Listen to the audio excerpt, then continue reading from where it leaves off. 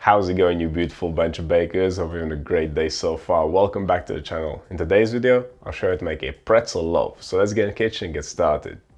I recently published a video for little pretzel rolls, which turned out to be a nice project and a well received one too. One of my good friends in baking turned that recipe into a whole loaf. As soon as I saw that, I just had to make my own.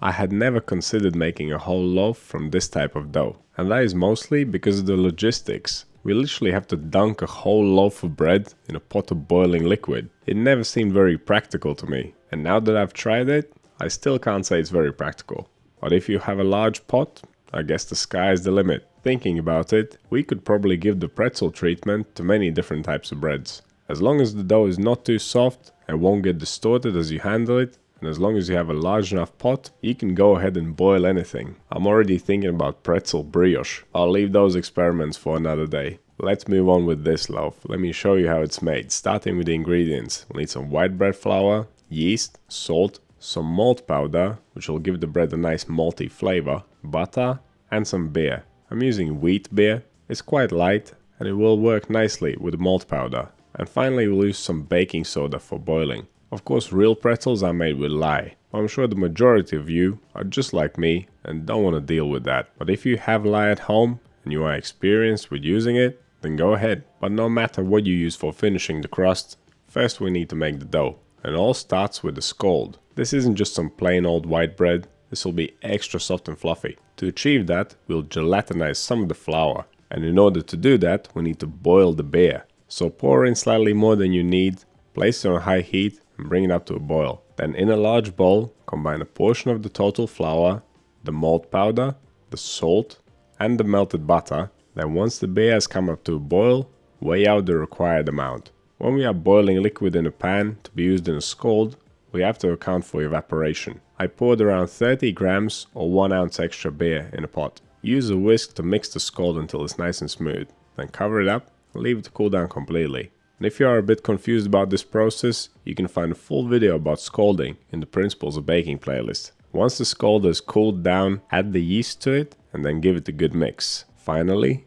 add the remaining flour, grab your dough scraper and mix it to a dough. It will be a little bit sticky at first, but that's normal. You can wet your hands with water when you're handling it. Once you have fully mixed it, wet your hands, pick the dough up and then give it a quick fold before placing it in a clean bowl and taking its temperature. My kitchen was a little bit cool and I left the scalder on the table overnight, so the final dough temperature turned out a little bit lower than I expected, so it will take slightly longer to ferment. Usually I aim for about 24 degrees Celsius to 25 degrees Celsius, which is 75 to 77 degrees Fahrenheit. This time I got 22 degrees Celsius or 72 degrees Fahrenheit. Still, bulk fermentation didn't take that long, 2 hours with a fold halfway through. If your dough is a bit warmer, go for an hour and a half. And fold the dough after 45 minutes of fermentation instead of an hour. To perform the fold, dust the dough lightly with flour, release it from the bowl, drop it out on the table with the smooth side down, flatten it out, fold the edge over the middle, go around in a circle until reach point where it started.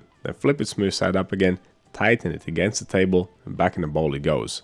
Cover it up, leave it to ferment to finish bulk fermentation. After bulk fermentation, you can choose what you do with this dough. Leave it whole for a nice smooth loaf. Divide it into 6 or 8 pieces and make individual buns. Or divide it into 3 and do a 3-strand braid.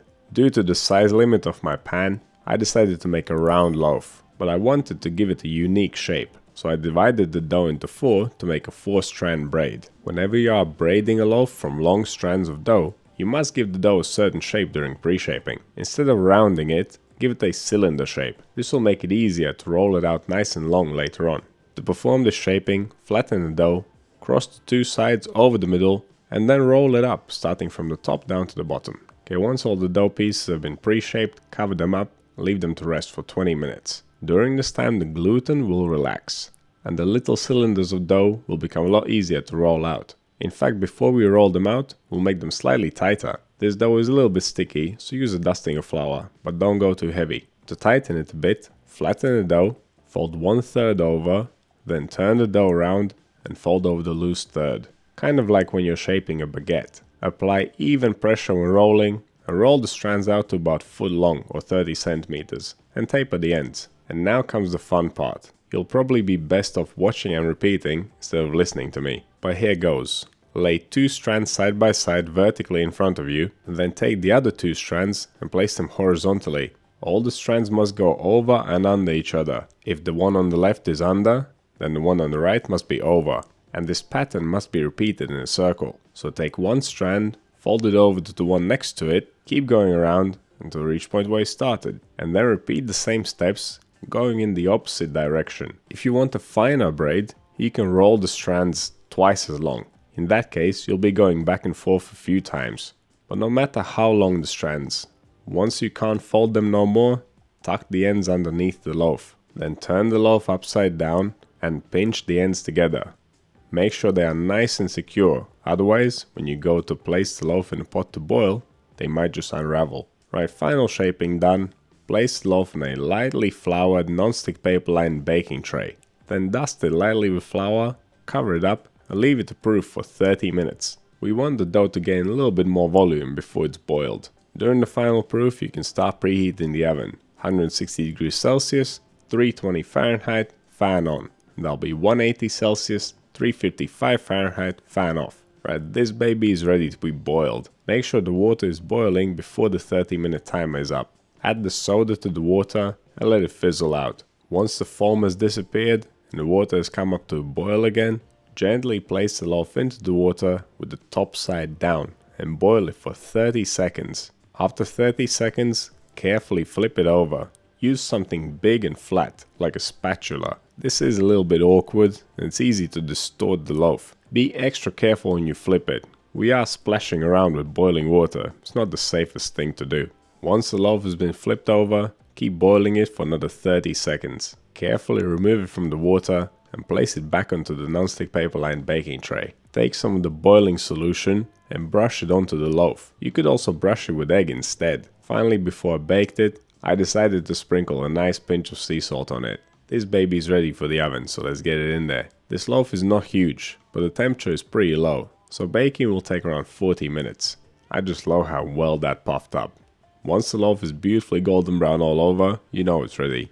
And there you have it. That's how you make a pretzel loaf. Of course, it's not a real pretzel, but what else am I going to call it? And regardless, the name doesn't matter. Just look at this beauty. That shiny, rich colored crust. It is so tasty and has a nice chew to it. The interior is extra light and soft because of the scald, the beer and the malt powder add a subtle malty flavor. This is certainly a very unique loaf of bread. We have to thank Lan once again for inspiring me to create this recipe, and quite a few others in the past, and no doubt more in the future.